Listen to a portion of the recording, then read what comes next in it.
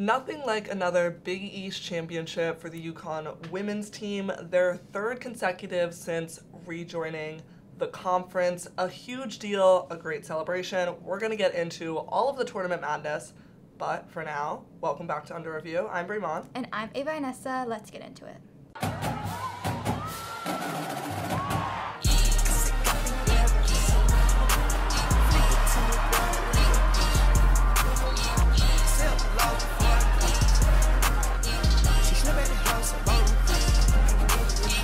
First, we're starting off with the great news of the week. AZ Fudd is back.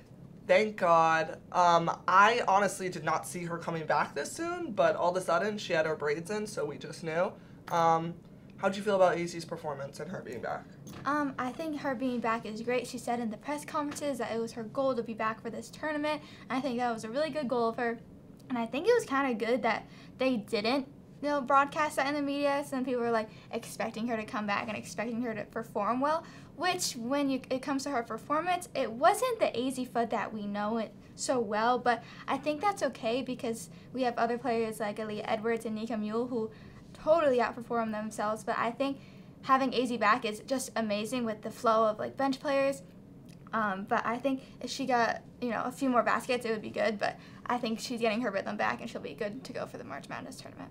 I think UConn does a really good job of bringing people back, not only when they're ready to play, but when they're ready to perform. I know that sometimes you get like a couple minutes in here and there, but so far as the players we've been seeing coming back, they play to a pretty good potential. I know AZ can do a lot more, but I think it was a really good start. And just by the way she was shooting threes, it felt very familiar, and I'm excited to see a few more of those soon. Really racked in the Big East awards. Aaliyah Edwards was tournament most outstanding player. Nika Mule was defensive player of the year. Aaliyah Edwards was most improved player. And then you have Lou Lopez, Seneschal, and Aaliyah Edwards being first team, Dorka Juhas, Nika Mule being second team, and then Aubrey Griffin with the honorable mention. Anything you disagree with, or do you think it's good across all boards? I think it's good across all boards. I heard a few people weren't too happy about Aubrey Griffin just being an honorable mention, but that's just how UConn is. Like, I feel like our team, like you said, is so stacked that, we can't just take up the entire all-tournament team. So I feel like there's got to be some kind of a balance, but I do think that every player got what they deserved, and I'm really happy with how it turned out. I think there's also a lot of other outstanding players in this league. I would be fighting for Aaliyah Edwards as most outstanding player of the Big East, but then you have someone like Maddie Siegrist. It's hard to even go against that. So even first team, you got Lauren Park-Lean. It's just like it's hard to compete with these really good players, and it really shows how good the Big East is. Yeah. I think Aubrey definitely could have been on that second team, but if an honorable mention lights a fire under her, I'll take it. A lot of games got closed in this Big East tournament. Villanova and Seton Hall, Marquette and St. John's, and then Villanova and Creighton really went down to the buzzer. I think we did an awesome job of maintaining a margin in all of our games, which is something we were struggling with before. So why do you think we were successful at that? In all the press conferences, people asked them what happened, like what turned on for you guys. And honestly, the only answer that really made sense is that it's March. That which is a repetitive pattern that Nika said it, Gino said it's March. Like, there's a difference between the tournament team and a regular season team, and I think Gino explained that perfectly, and how there's just a new, mentality and mindset that they have in the month of March, and I think it's came at a perfect time, and I'm really happy with how they played this weekend. I agree. I think we did a really good job of rebounding defensively. We're still working up the rebounding offensively, but we had over 30 in all games, 41 in one of them, so I think that was a lot better possession-wise, and we were able to control kind of the ball movement more. We knew Villanova was coming out hard. I knew that was going to be probably our biggest competitor of the tournament. What did you think of the performance by both teams? Well, like, the Marquette coach said that this is, like, the best she's ever seen the conference, so having this competitiveness has been like so great for like this tournament and really good for how all the teams would do it. But with UConn and Villanova, I feel like there's a different kind of competitiveness that they have. And I think it was close. If you guys were watching that game, it was really close at the start, and I wasn't sure how that was going to work out in the end. But I personally really think Villanova is a tough team, and I think they deserve the rankings that they're getting. But both teams really played well, but I think UConn just had that edge that they have in, March. And I think they turned it on and they totally nailed down Maddie Siegrist and took the trophy. Yeah, I think we did a really good job of limiting Siegrist.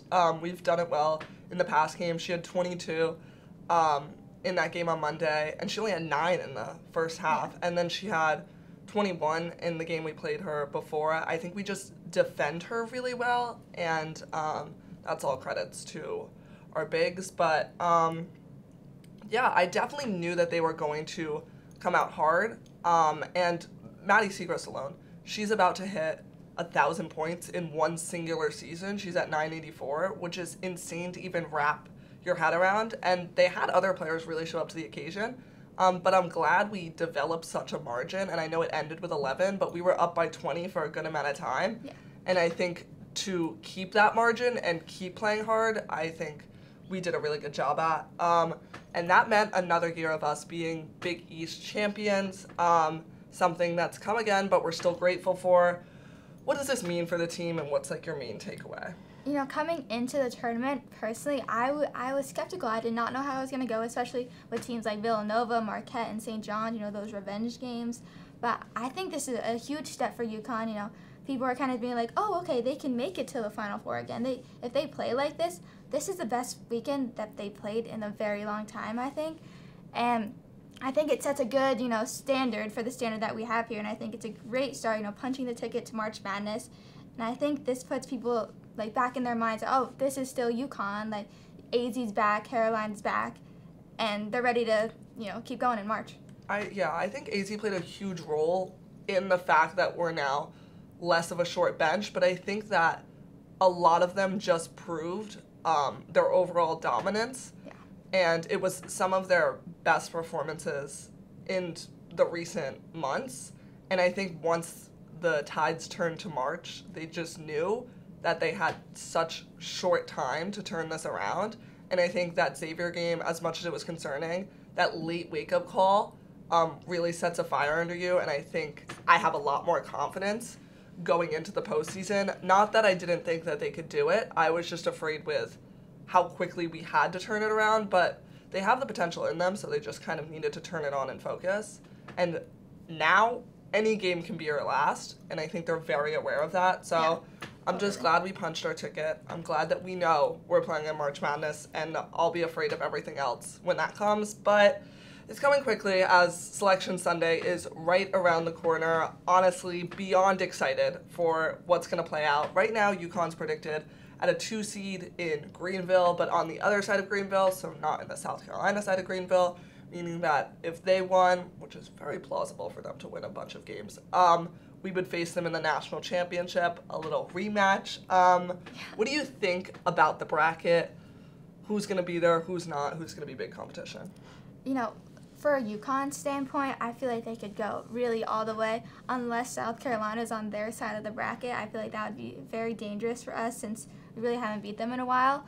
So if they stay on their side, we stay on our side, we'll meet in the championship and it'll be fine. But I really like Iowa. I think Iowa is a dangerous team. And as well as they've been bouncing around the rankings, I think Stanford's a really good team with Haley Jones and Cameron Brink. But I think it would be really exciting, especially with Indiana being really good. But I'm just excited to see UConn's matchup. It's not necessarily for the first round, but hopefully everything goes well and they make it pretty far and get to those more exciting games. And I think it would be cool to see them with everyone else, especially since they dominated so much at the beginning of the season. It would be cool to see some rematches with Caitlin Clark, stuff like that. So it'll definitely be questionable if UConn stays at that 2 seed because the 4 1 seeds right now: South Carolina, Stanford, Indiana, Virginia Tech.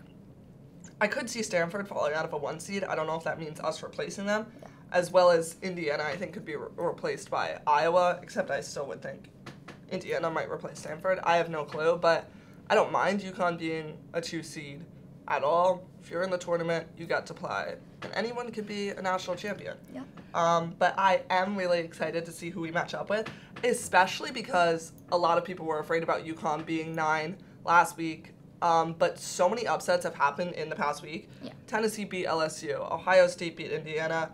Louisville beat Notre Dame. And Notre Dame scored, I would think, a record low of 38 points. Yeah. And then UCLA beating Stanford. Washington State beating Utah. once March is upon us, madness happens. Yes. And I think we're very aware of that. So as much as there's chaos happening on the other side of the bracket, I think this is a really good time for us to be stable. Yes. And everyone else to kind of have to deal with their flaws.